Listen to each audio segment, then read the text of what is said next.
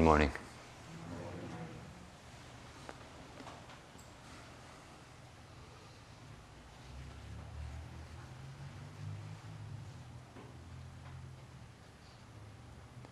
Recently I was talking on the phone with a Zen student who lives on the East Coast. And it reminded me once of his wife is, well, I'm hesitant to say a famous sculptor, but what the heck. His wife is a famous sculptor.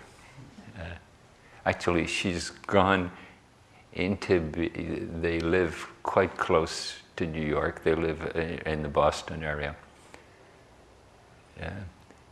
And often, both, in particular his wife, has been discovered as the new talent of sculpturing. And then she'll be in vogue for a while, and then she won't. And then she'll be rediscovered. She told me once about her process. I think I asked her, I said, how do you come up with all these inventive sculptures? Like, one of her sculptures was, she took a tea set and then very carefully wrapped each item in a thick felt cloth.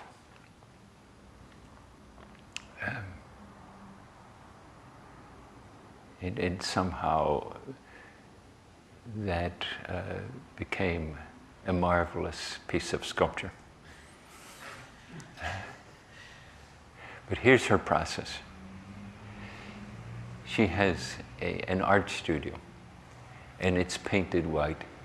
And the ceiling is painted white, and the floor is painted white. And she'll go in there in the morning, and sometimes she just thinks, I have nothing. I don't have any kind of innovative, creative notions whatsoever. And she said sometimes that's so oppressive that she just sits in the corner and terrified.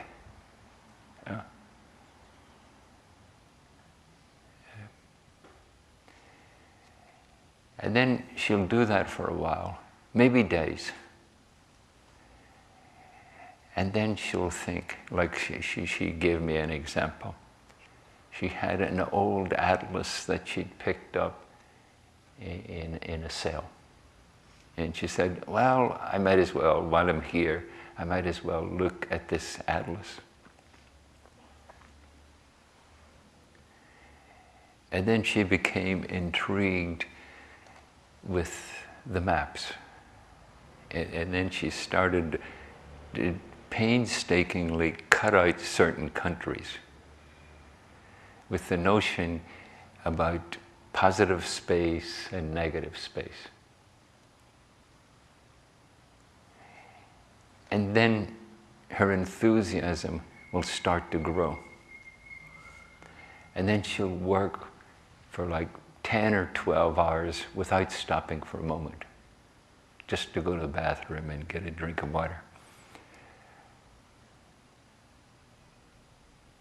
And as I say, she's been famous, she's been a nobody, and currently she looks like she's going to be a somebody quite soon.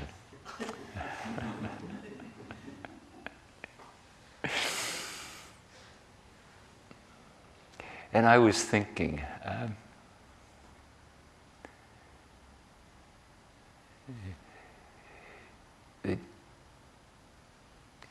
how does that happen?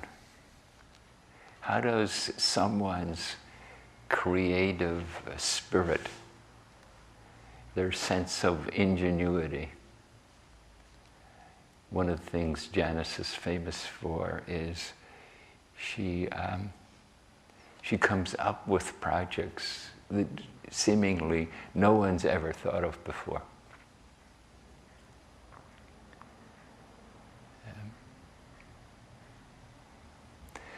And both her and her husband, who's an oil painter, and they both sit zazen. And Janice, many years ago, had a kind of a nervous affliction. And then she started to sit zazen, and a while later, she said, "It's gone. I have no idea what happened, but that nervous affliction is gone." How it happened.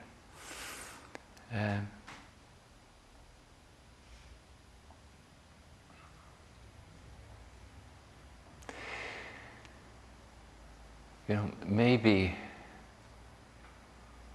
when we sit on our cushions, when we sit down, fortunately, we're not tasked with coming up with a wonderful idea for a sculpture.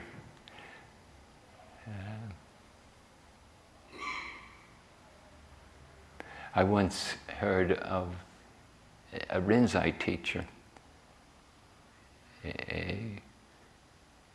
in the middle of Sesshin. He got his students to try to make a piece of pottery. And for most of them, maybe all of them, they had never tried that before.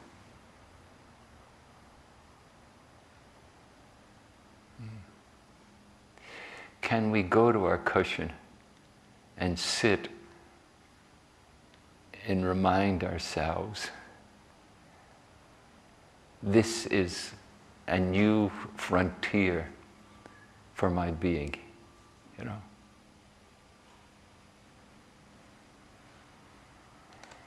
Even though I'm not quite sure of all the details of where I was, now I'm here.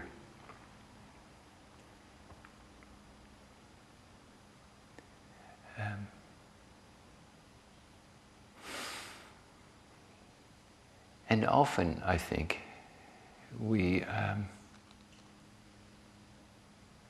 a routine. Oh, this is how you do zazen. This is appropriate response.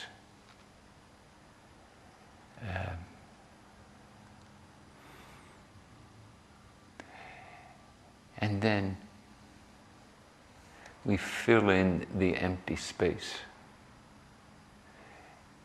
with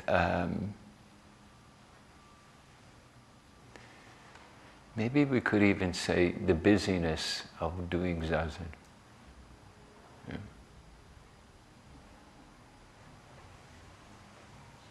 And I would say to you,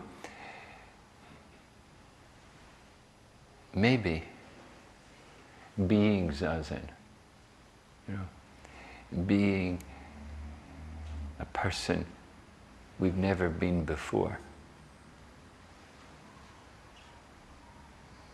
that can help refresh, rediscover, trust each day's opening into being.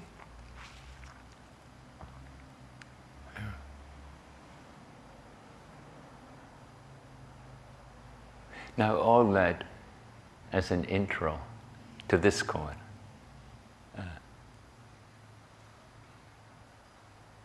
Baso is sitting zazen, and his teacher, Nangaku, comes out and says, "What are you doing?" And he said, "I'm sitting to become Buddha." Sounds pretty good, right? Nangaku goes and gets a stone, a flat stone, and starts rubbing it with a smaller stone. Or maybe in some of the translations, he gets a tile and starts to rub it with the stone. And then after a while, Baso says to Nangaku, "And what are you doing?" And he says, "I'm polishing a tile until it becomes a mirror."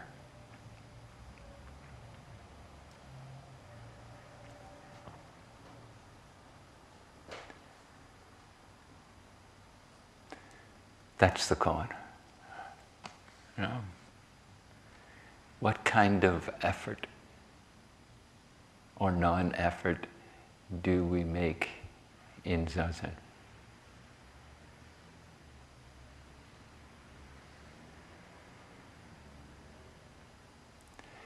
You know, a couple of days ago, I was talking about the impossibility that confronts us if we relate to Zazen as something we can master, something we can manage to control.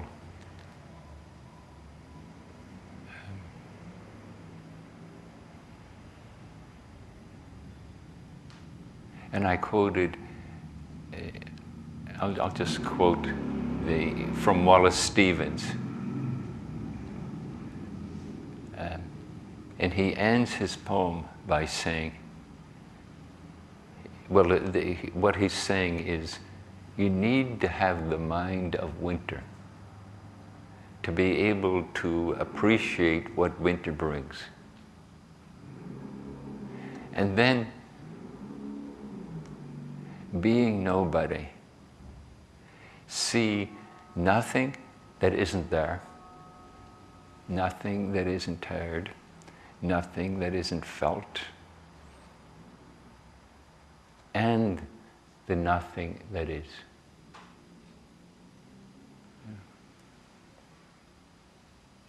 Can we see it all as a momentary creation?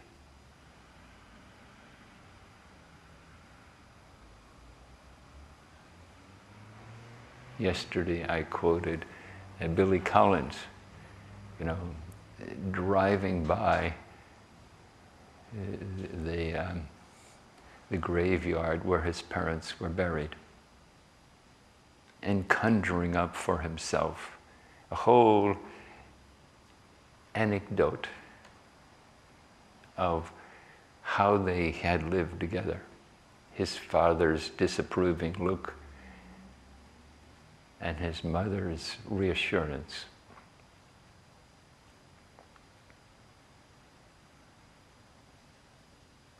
Usually, I think we're all genius at making a story around a particular detail. But at this point, can we start to see our own story making? Not so we can fix it, not so we can suppress it, dissociate with it, but more, can we just in real time have an experience of our conditioned nature?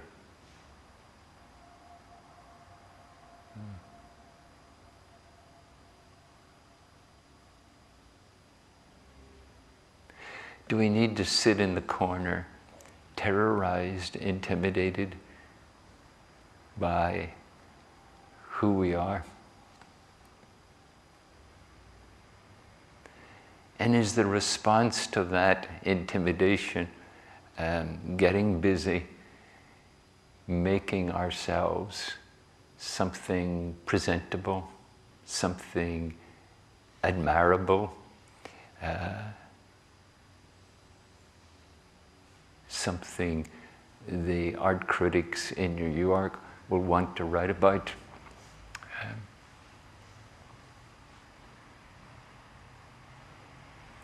Or are those wounds of our suffering, of not being able to control the world? Are the suffering and the wounds that creates utterly preoccupying?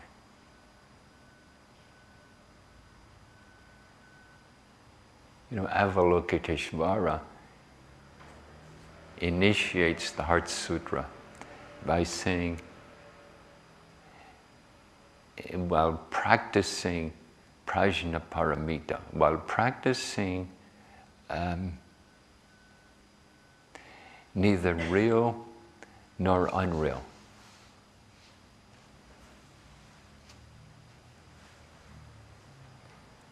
and Wallace Stevens suggests just stay present with the physicality of being.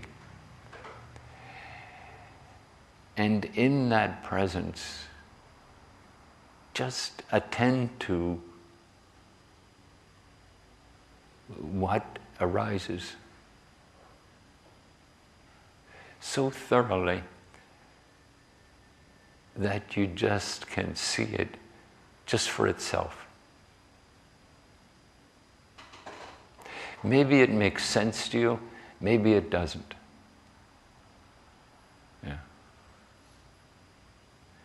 Sojin Mel Weissman wrote a little book of Suzuki Roshi's talks, and he called it Following One Thing Through to the Finish. And it was a quote of Suzuki Roshi when he was asked, what is nirvana? And he said, following one thing through till it's finished.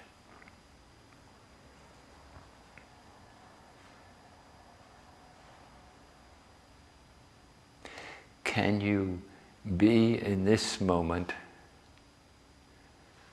until it's finished? Okay, and then be in the next moment.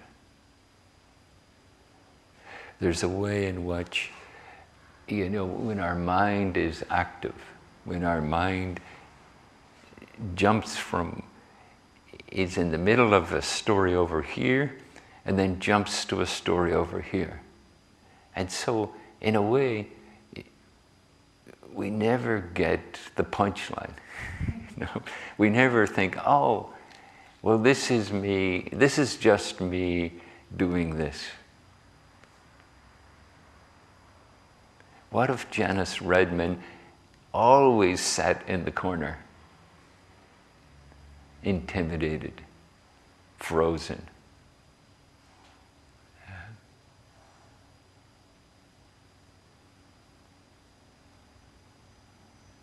Each of us asked to find our way. Each of us challenged with the residue that we're bringing with us into the moment. The residue of the causes and conditions that have impacted us.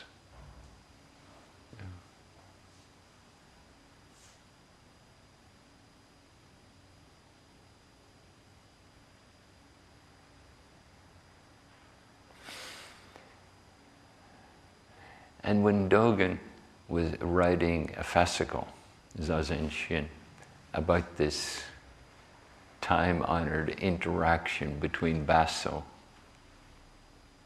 and Nengaku,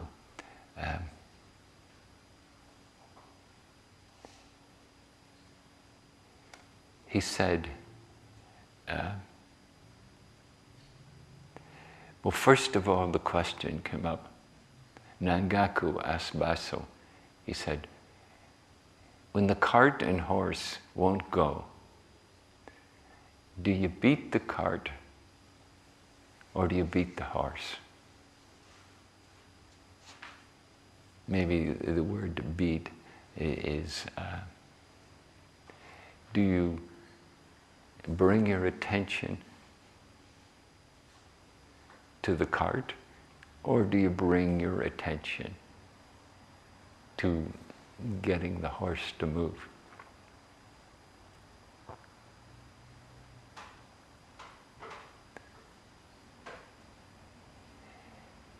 And Dogen answers his own question and says, you get the horse to move, you get the cart to move, you get yourself to move. When you're sitting, you wholeheartedly do what's in front of you.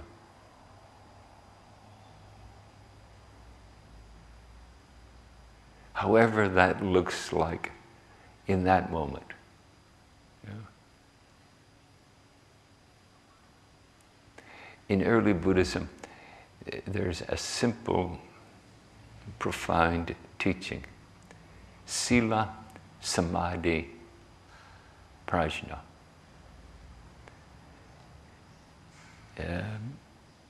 Skillful effort, appropriate effort. Samadhi, you often translated as concentration. And then insight. As we start to stay present for what our mind and emotions and our body create, and when we stay present for that, it teaches us. It teaches us how to be ourselves.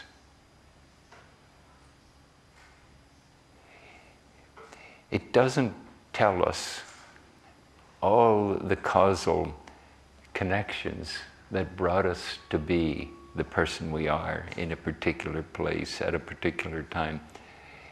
It doesn't tell us how all that happened. But what it does is it expresses it in the moment.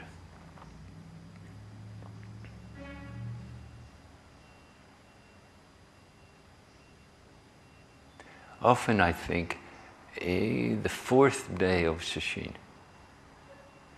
we're starting to see more about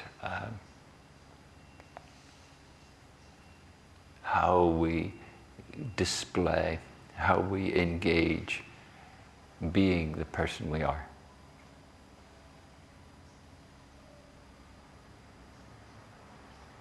And maybe at that time, we're prompted to take up some unfinished business. Often we get drawn into a presentation of something like that.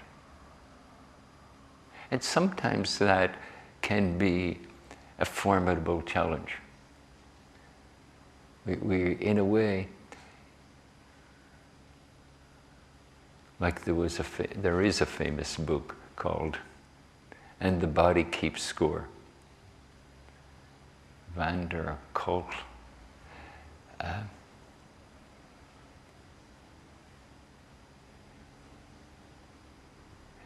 That we carry with us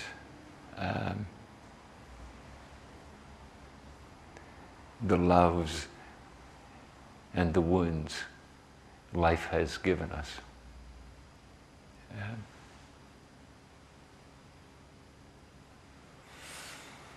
And sometimes it's a challenge for us to just see that as another phenomena, to see that through to the finish. But I'd suggest to you that seeing it through as best we can. Is there a way, maybe filling us with ease and joy is a little too ambitious. But can we acknowledge, can we turn towards that which normally we find ourselves turning away from.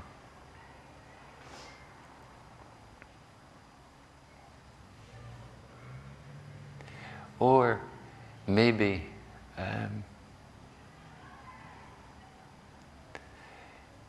we're searching for a coping mechanism for the intensity of what's coming up. And I would suggest to you, the body and breath of Zazen, the stability, the uprightness, the openness, we can think about it as we are moving beyond just the way we've encoded, embodied our suffering. Can we open up and create a new relationship? Yeah. And can we breathe deeply into that body? Can we see its creation? And can we relate to it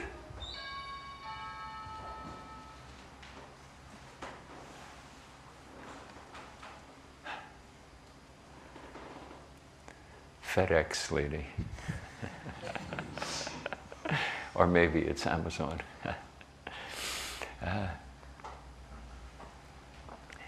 Can we see the moment? Can we, I would suggest you breathe it in and breathe it out. Embody it. Like when I think of Van der Kolk's The Body Keeps Score,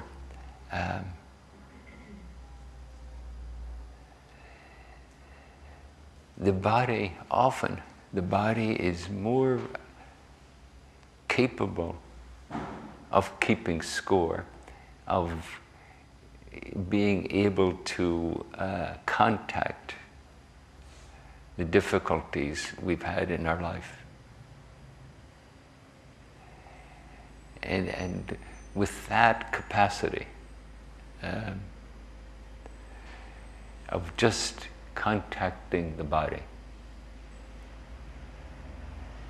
Often, when we're sitting Ryushin, we can start to feel what I think of as the psychosomatic tightness of a body. Yeah. And each of us is challenged to feel how that happens for our own body. And then also,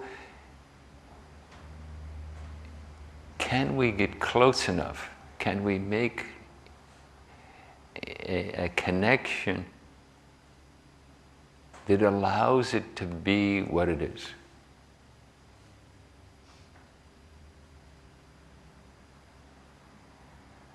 And to discover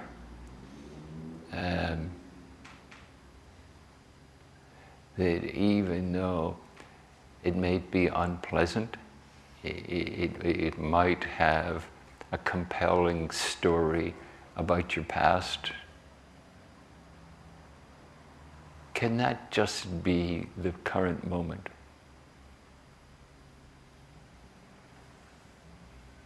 And when the answer is no, that can't just be the current moment. Can we meet it with a deep compassion and a great patience?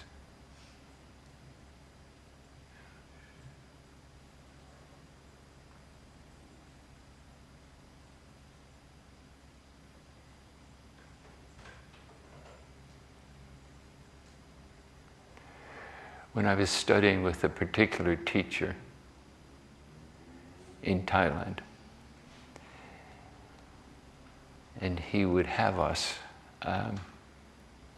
spend the first several minutes cultivating loving kindness.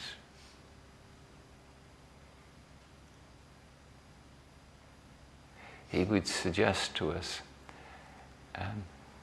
think of someone you really appreciate. Not someone that would stir up romantic desires, but someone who, just thinking of them, brings forth a sense of goodness that you consider they have.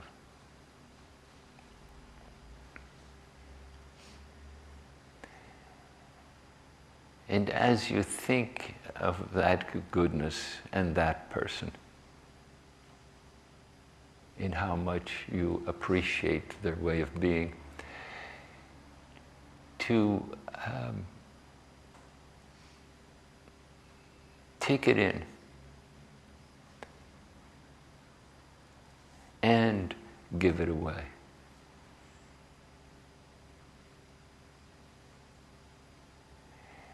And the teacher would have us do that practice, and then we would do a version of Shikantaza.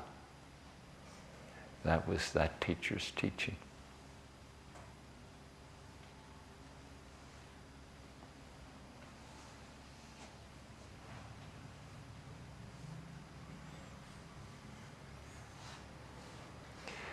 Discovering how to be appropriate with your being.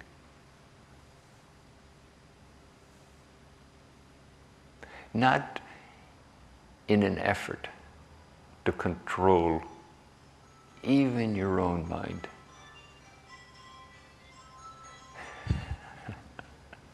but more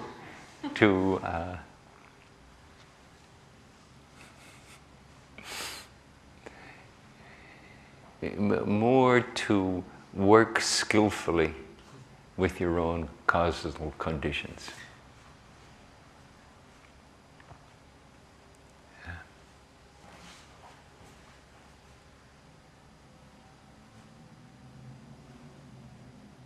My own notion is that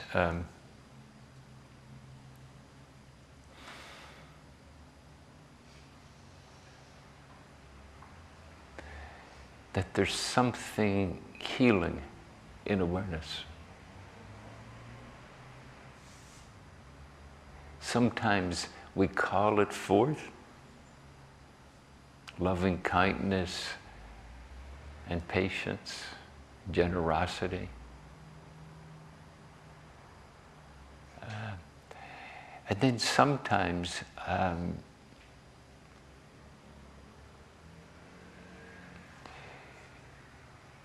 that benevolence is working below the surface. We were working with it in a way that doesn't have such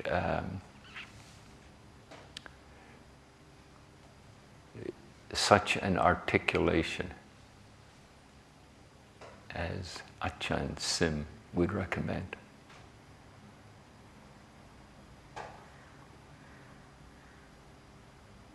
Sometimes he would say, just look at something beautiful and appreciate its beauty.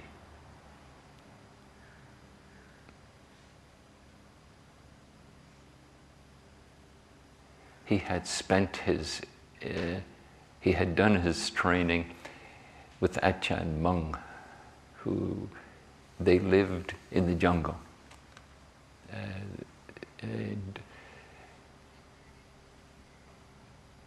And they did a lot of meditation.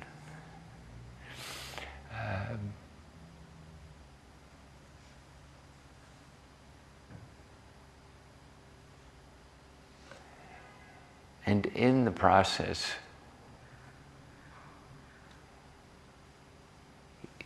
Ajahn Sim developed a ferocious sense of humor.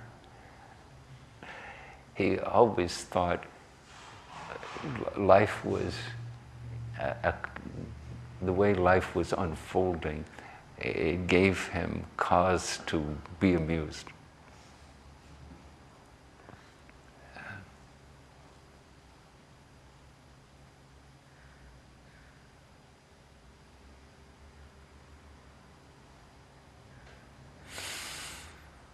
Can you own your own stuff? Can you pay close attention and let it teach you who you are today?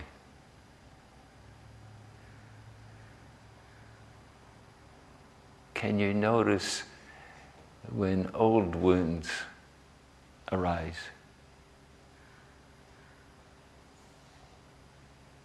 And can you be gentle with them? Can you be careful with them?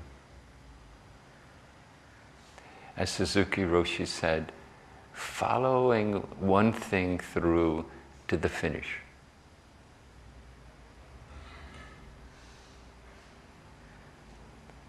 Can you notice it? Can you acknowledge it? Often our stories of the past have a kind of dreamlike quality to them. And we go into a kind of dream or a kind of trance.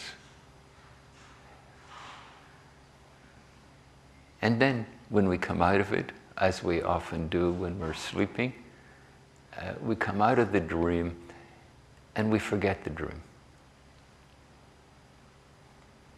Can we stay awake and see it for what it is? Can we notice, acknowledge, contact, and experience? However it's displaying itself. Maybe it's a state of mind, maybe it's a deep emotion. Often the memories will have both a particular image, a particular story, a particular emotion, and are embodied in a particular way.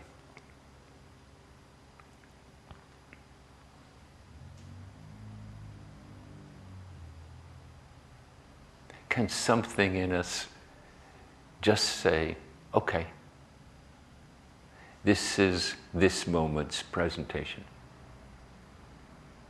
Yeah. It's happening here in my being. Maybe it reaches out or across the years, or reaches out and includes others. But it's happening here in this being. Yeah. Can you even intellectually acknowledge that?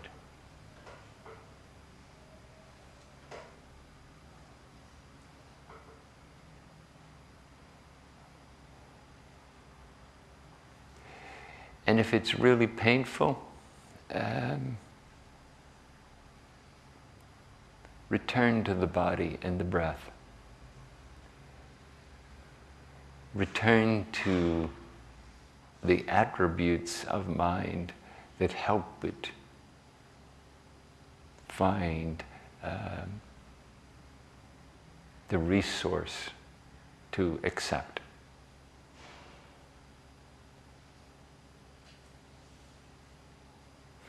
And just watch.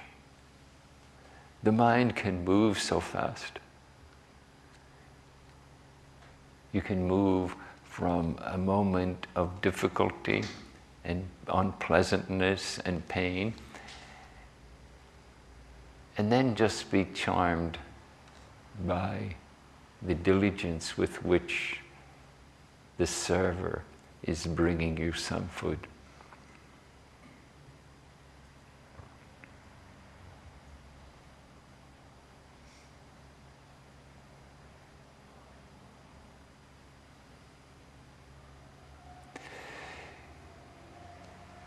In shikantaza, we just sit. We just allow whatever happens to be met as thoroughly as we can.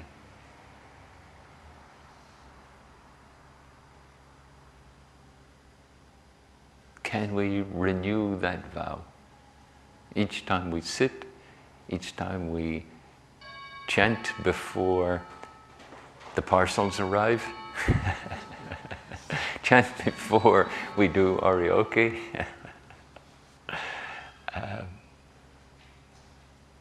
Can we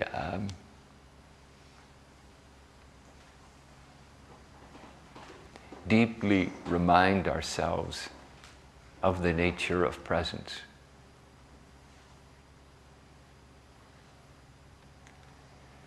And as we settle into Shashin,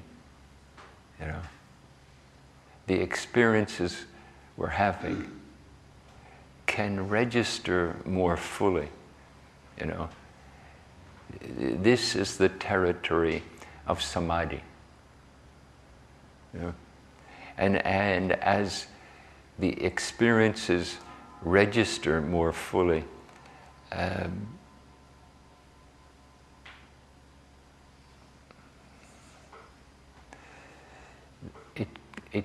it gives us a direct engagement in the moment. And that often brings up insight. Now the insight might be fleeting, it might seem simplistic, like just maybe you feel the relationship between the front of your sternum and your spine.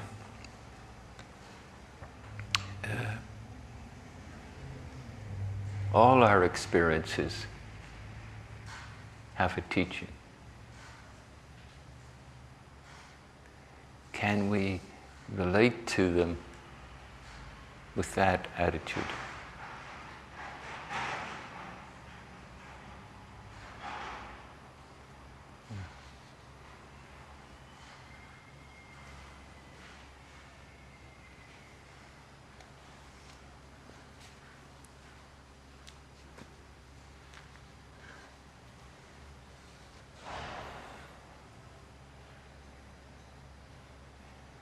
Can we remember the words of Suzuki Roshi that Mel liked enough to let it be the title of the book? Following one thing through to the finish. As you see an experience, a situation, a thought, a memory, a sense of the light in the room, whatever it is, can you let it register so fully that it feels like something is being brought to a finish? Okay, thank you.